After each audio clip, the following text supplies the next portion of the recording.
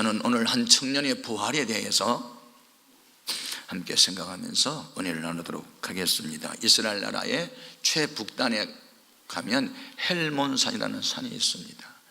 거기에 목장이라고 하는 뜻을 가진 나인이라고 하는 한 성읍이 있었는데, 거기에 한 과부가 청년 외아들과 함께 살아갑니다. 어느 날 청년이 병들어서 죽어버렸습니다.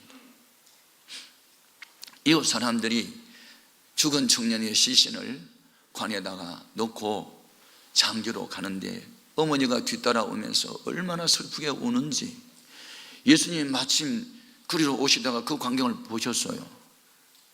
주님이 불쌍히 여겨서 관에 손을 대고 여인에게 울지 말라 하시고, 죽은 청년 시신을 향해서 청년아, 내가 내게 이르노니 일어나라 하니까 죽은 청년이 살아났습니다.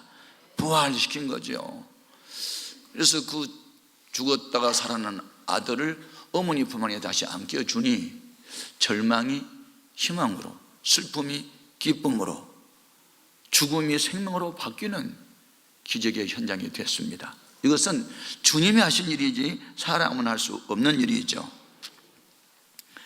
여러분, 슬프게 울고 있는 사람을 향해서 울지 말라 하는 말은 누구나 다 할 수 있어요. 그러나 울지 말라는 그 말 한마디가 문제 해결까지는 주지 못합니다. 근데 우리 예수님은 울지 말라 하시고 울지 않아도 되는 확실한 은혜를 베풀어 주셨으니, 여인이 울 수밖에 없었던 것은 아들이 죽었기 때문에 울었으므로 죽은 아들을 살려주셨습니다. 다시 말하면 예수님은 우리 인생에 안고 있는 문제 해결자가 되시는 줄로 믿습니다.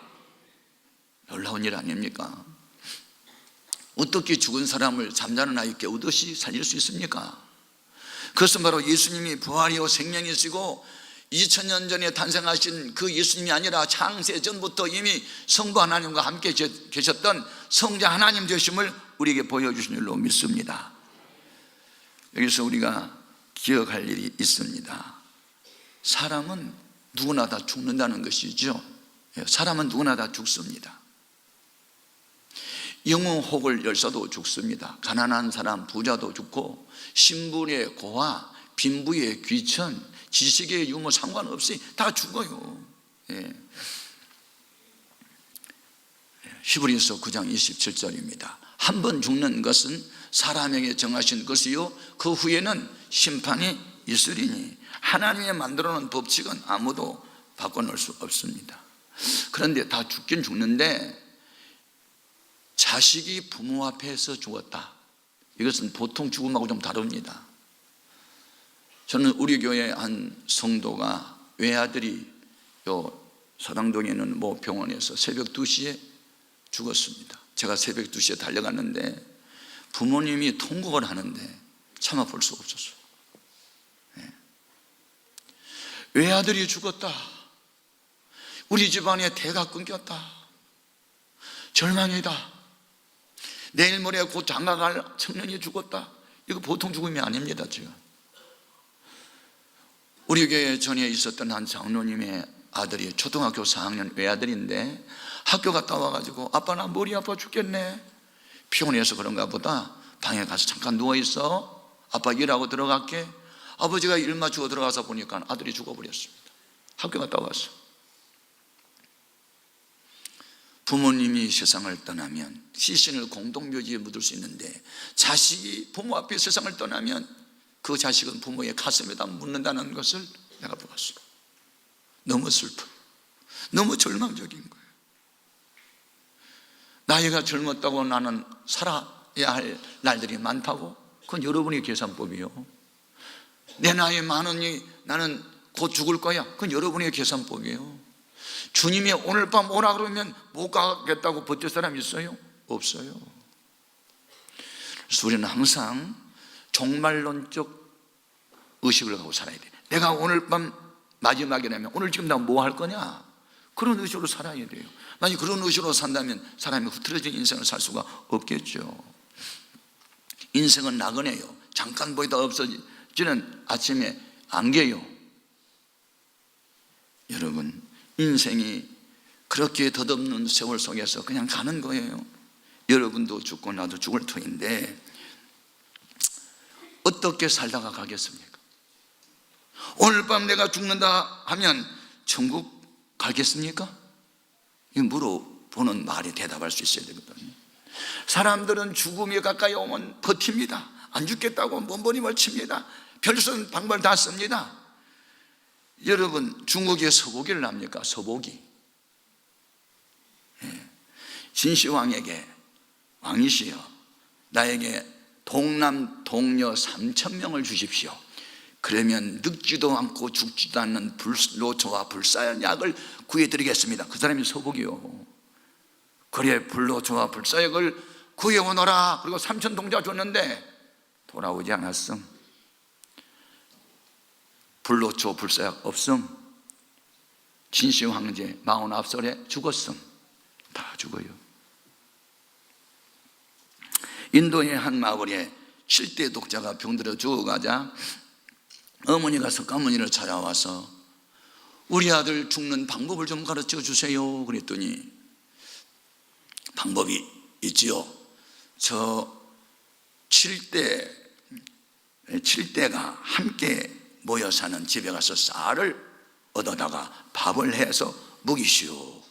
그런데 아무리 다녀봐도 7대가 함께 사는 가족이 없는 거라. 그래서 죽었대요. 그리고 석가모니도 죽었대요. 다 죽었대요. 다 죽은 거예요. 자, 여기 나인성 과부의 외아들이 죽었다. 남의 얘기 아니에요. 다 죽어요. 꼭 기억하셔야 됩니다. 그것이 오늘 우리에게 준 교훈 중에 하나입니다.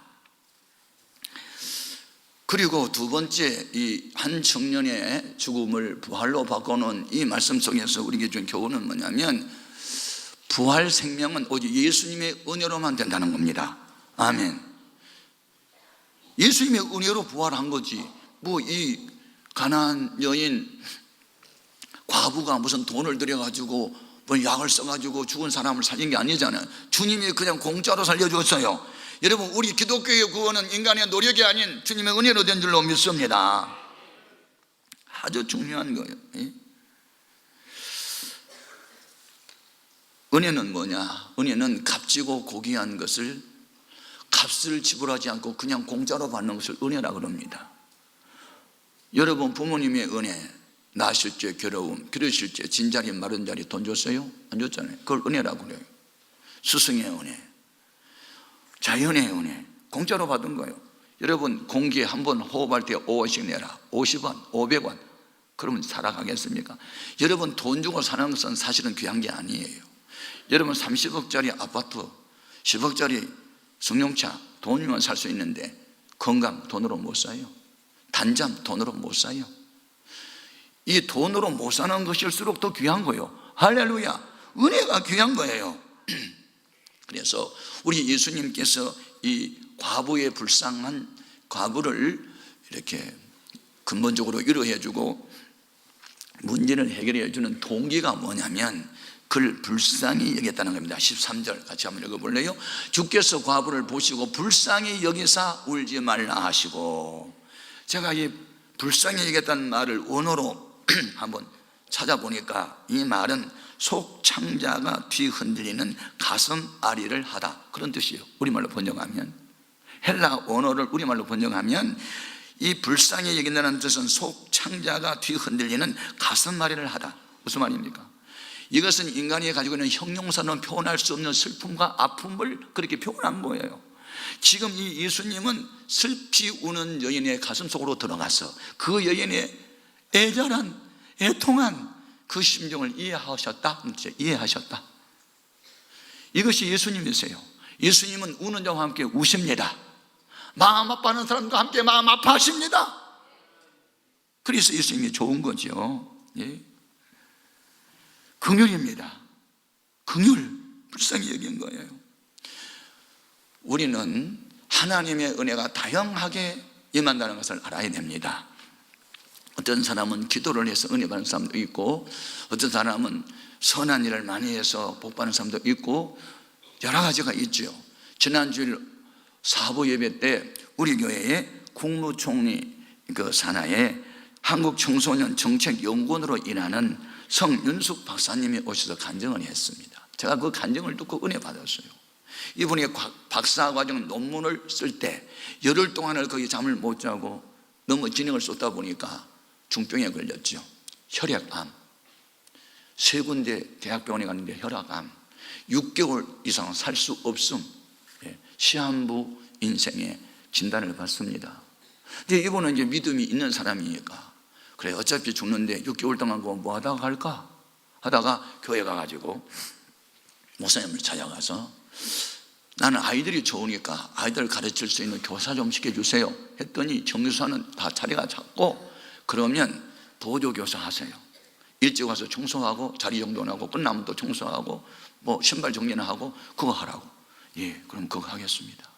기쁜 마음으로 즐거운 마음으로 그자 내가 앞으로 6개월 후면 죽을 테니까 좀 하나님이 기뻐하는 일이나 좀 하다 죽자. 그리고 열심히 갔었는데 3개월이 딱 지났는데 어느 날 온몸이 거뜬해지고 날아갈 것 같고 단잠이 오고 밥맛이 좋고 이거 웬일이지? 그리고 병원에 가서 진단을 해보니까 혈액암이 사라졌습니다.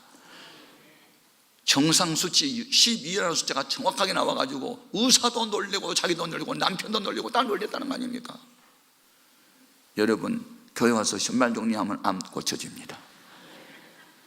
코 흘리기 코 닦아주면 혈액암이 고쳐집니다. 이분이 간증입니다. 지금 국무총리실에서 청소년 정책위원으로 연구위원으로 일하고 있습니다. 그래서 그는 대학 강사가 돼서 숙대 등 몇 군데 강사를 하면서 37명의 대학생을 전도한 이야기며 나는 이 나라 청소년들을 위해서 헌신하겠다.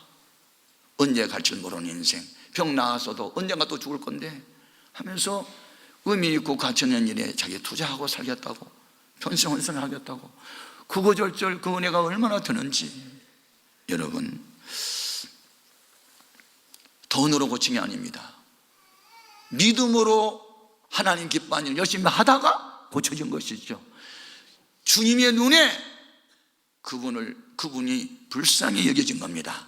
여러분 우리들이 신앙생활을 하고 인생생활을 살 때 주님이 보실 때 불쌍히 여겨지는 사람 되어야 합니다. 사람들이 나를 불쌍히 여겨서 해결된 게 아니에요. 나는 불쌍한 존재는 여기 있잖아요. 다 도망가요. 부담된다고. 시상그래요. 내가 출세하고 성공하면 친구 하자고 가까이 오지만 내가 실패하고 망해보세요. 가까운 친구 다 떠나요. 세상 인심이에요. 주님은 반대입니다. 아무도 날 찾아올 자 없을 때, 내 힘이 기전에서 더 이상 힘이 없을 때, 처절하게 버림받고 소외당할 때 바로 주님은 찾아오십니다. 이것이 은혜인 것입니다. 그래서 오늘날 예수의 심정을 가지고 살아가는 사람들은 바로 그렇게 소외당하고 병들고 버림받고 도와주지 않으면 오늘 죽어가는 사람들을 찾아가서 깨안과 함께 울어주는 것 주님의 심정인 줄로 믿습니다.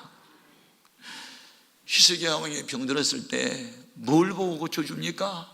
골방에 들어가서 엉엉 울고 기도를 하니까 불쌍하게 고쳐줍니다. 이사야 38장 5절 말씀 너는 가서 히스기야에게 이르기를 네 조상 다윗의 하나님 여호와께서 이같이 말씀하시기를 내가 네 기도를 들었고 내 눈물을 보았노라 내가 내 수안에 15년을 더하고 아멘.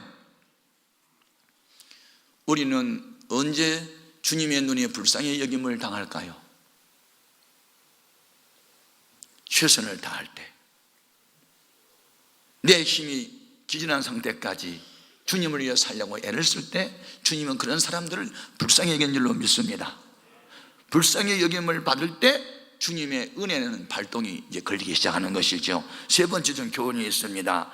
사망 권세보다 더 큰 예수님의 권세로 부활의 능력이 나타났습니다. 14절 15절 같이 읽겠습니다. 가까이에 가서 그 관에 손을 대시니 맨 자들이 서는지라. 예수께서 이르시되 청년아 내가 내게 말하노니 일어나라 하시매 죽었던 자가 일어나 앉고 말도 하거늘 예수께서 그를 어머니에게 주시니 아멘. 여러분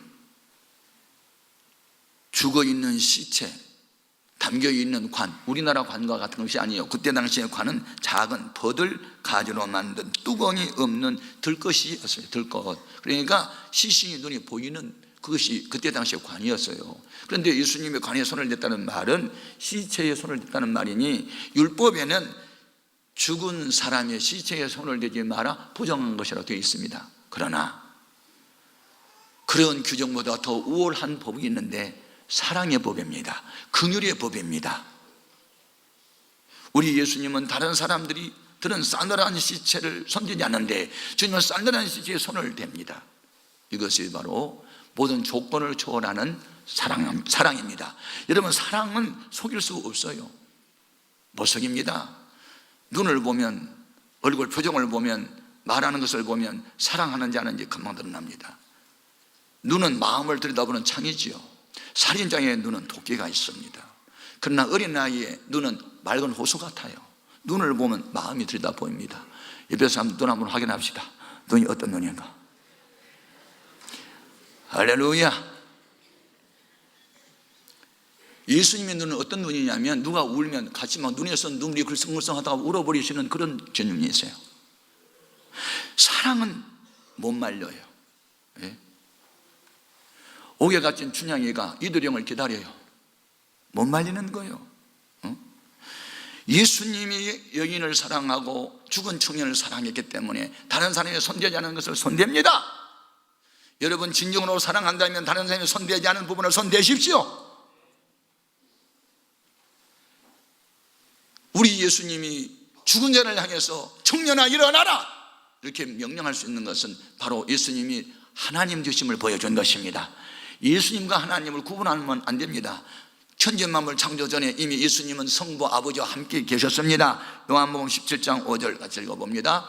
아버지여, 창세 전에 내가 아버지와 함께 가졌던 영화로서 지금도 아버지와 함께 나를 영화롭게 하옵소서. 우리 예수님은 하늘에 계신 하나님과 당신을 하나로 이야기합니다. 아버지 안에 아들이 있고 아들 안에 아버지 있고 하나로 보았어요. 예, 그렇습니다. 오늘 우리는 주님이 한 인간이면서도 참 하나님이셨다는 신인 양성을 가졌다고 하는 것을 기억할 수 있기를 바랍니다. 요한복음 17장 21절 같이 읽었습니다. 아버지여, 아버지께서 내 안에 내가 아버지 안에 있는 것 같이 그들도 하나가 되어 우리 안에 있게 하사 세상으로 아버지께서 나를 보내신 것을 믿게 하옵소서. 하나님도 믿지만 나를 믿게 해 주소서. 내가 죽은 자를 살림으로 나도 하나님됨을 저들이 믿게 하여 주시옵소서. 그래서 이렇게 죽은 자를 살리는 기적과 표적, 미라클, 이 초자연적 현상은 기독교의 목적이 아니라 그런 기적을 통해서 보이지 않는 하나님을 어떤 현상으로 보여줌으로써 믿음 없는 자가 되지 말고 믿는 자가 되라는 것입니다. 그래서 모든 표적은 기독교의 목적이 아니라 예수를 바로 믿도록 하는 수단입니다. 방법입니다. 그러고는 만일 기적과 표적이 없다 할지라도 예수님이 구주로 믿어지는 믿음을 갖고 있다면 여러분 대단한 믿음의 사람입니다. 그러나 죽을 병에 걸렸다가 고침을 받았거나 진퇴양난의 인간의 한계 상황에서 기도해서 하나님이 문제를 해결해 주는 그런 경험을 했다면 그 경험을 통해서라도 믿음 없는 자가 되지 않고 믿음 있는 자가 되게 하려는 것입니다. 여러분, 저는 예수를 믿고 그 이후에 받은 증거가 너무너무 많기 때문에 이 은혜를 내가 무엇으로 보답할고 거룩한 근심을 해가지고 아버지 하나님이 기뻐한 일이면 나는 이 한 생명 던지고 살겠다는 그 의식이 지금도 변함이 없어요. 그 나만이 아니고 모든 사람이 그렇게 될 줄로 믿습니다. 중요한 거예요. 죽은 자를 살리셨다. 그 외아들을 살리셨다. 우리가 준 교훈이 뭡니까? 주님의 손에 무엇인가 들어가면 일단 주님이 터치를 하고 손을 딱 대면 문제는 해결된다는 겁니다. 절망이 희망으로, 죽음이 생명으로, 슬픔이 기쁨으로 바꾸어 놓는 분이 주님의 손입니다. 주님의 손은 창조의 손이고 치유의 손이요 축복의 손이요 권능의 손입니다. 아멘. 주님의 손 대면 안 될 것이 없습니다. 그런 기적을 통해서 안 믿는 사람들의 마음의 문이 열립니다. 과연 하나님 살아계시구나. 죽은 나사로를 예수님이 살려주신 결과는 어떻게 됐을까요? 요한복음 12장 11절 봅니다. 나사로 때문에 많은 유대인이 가서 예수를 믿음에 이르더라. 아멘. 옛날엔 봉천동 102번지를 달동네라 했습니다. 거기에 조한야라는 집사님의 남편 최은교 씨가 간암에 걸려가지고 이제 병원에서 손을 뗐을 때 우리 성도들과 함께 금식기도 하고 제가 가서 안수하고 나가가지고 나오니까 그 뒤에 살던 누굽니까? 그 김재순 씨 옆에 또 이옥자 씨 옆에 구명하게 하는 함영자 씨 세 가족이 몽땅 교회에 나왔습니다. 여러분, 전도문을 여는 것이 이런 능력이 나타날 때 있는 줄로 믿습니다. 여러분, 오늘 우리는 죽은 자를 다시 살리시는 이 주님의 은혜로 우리에게 준 교훈이 또 있습니다. 그것은 세 번째 교훈이 이제 가족을 회복시켜 준 것이죠.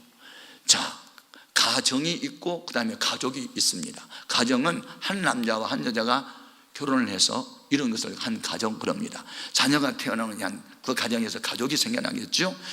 이제 홀로 살아가는 이 과부에게 예수님이 청년을 살려가지고 줬으니까 이제 이 가정이 회복이 되는데 어떻게 회복이 됐을까요? 새롭게 회복이 됐어요. 새롭게 이전에보다도 더 좋아지는 완전한 회복으로 주었습니다. 자, 15절 같이 읽겠습니다.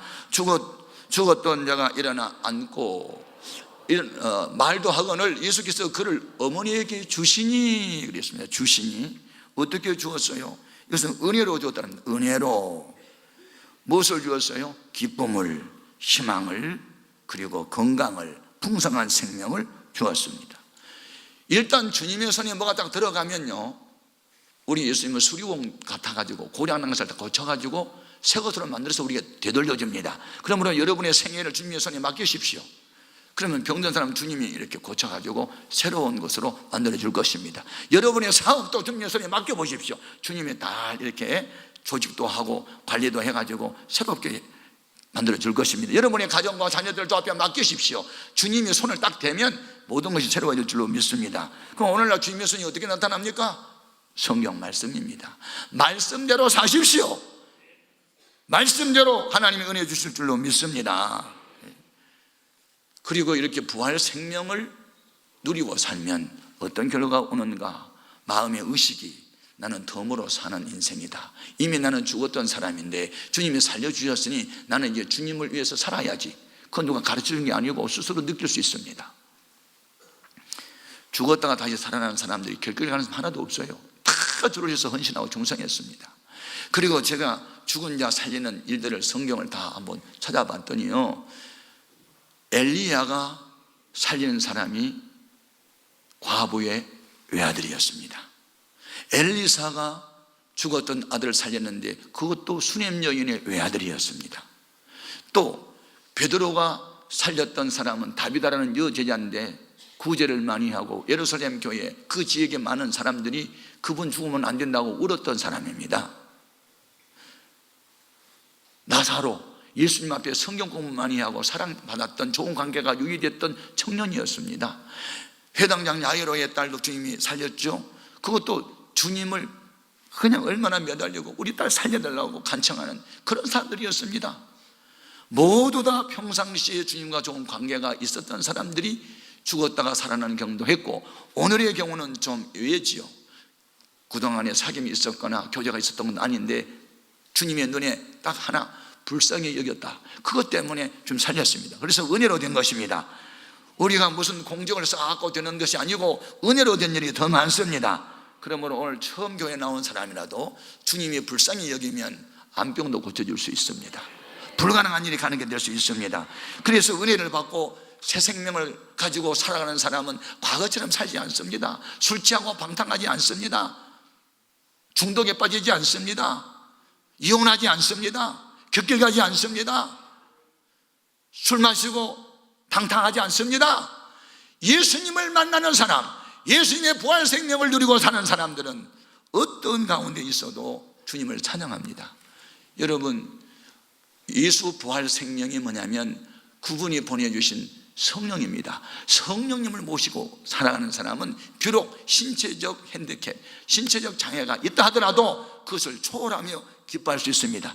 비록 못 배우고 무식하고 사회적 기회가 없어도 주님 은혜 받으면 마음의 천국이 이룰 수 있습니다. 그분이 바로 크로스비 여사가 시각장애인인데 은혜를 받고 얼마나 기쁘게 살았는지 그가 이제 지어 부른 찬송 곡이 한 2,000개 되는데 그 중에 우리 한 곡 한번 불러볼까요?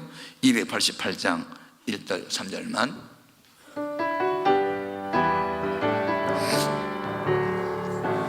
나의 구주 삼고 성령과 비로소 거듭나니 이 세상에서 내 영혼이 하늘의 영광 누리도다.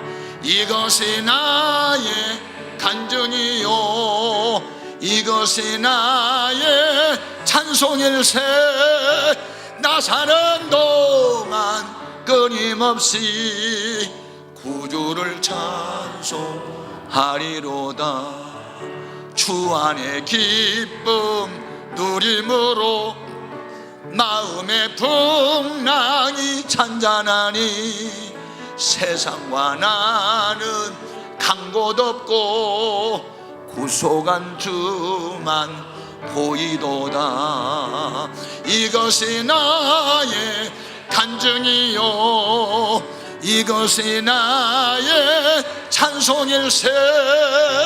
나 사는 동안 끊임없이 구주를 찬송하리로다. 이 찬송을 쓴 사람이 누구냐고요? 시각장애인 크로스비 여사. 앞을 보지 못했어요. 그런데 우리가 육신의 눈을 뜨고도 볼 수 없는 무엇을 봤느냐? 천국을 본 거예요. 천사들이 왕량을 보았어요. 마음의 평안과 기쁨을 누리는 거예요. 주 안에 행복을 누렸어요.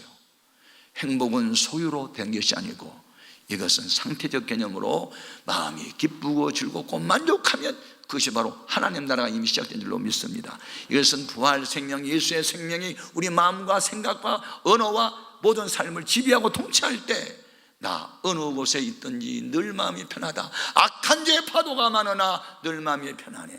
이것이 바로 예수님의 부활 생명을 누리는 사람들의 삶인 줄로 믿습니다. 여러분, 한 청년을 살리신 주님의 그 능력이, 그 권세가 주님의 눈에 우리가 불쌍히 여김을 받음으로 있기를 바라고, 그리고 주님을 통해서 새 은혜로 생명이 새로워진 사람들은 평생 주님을 배반하지 않고 주님은 손 붙들고 남은 여생을 사시기 바랍니다.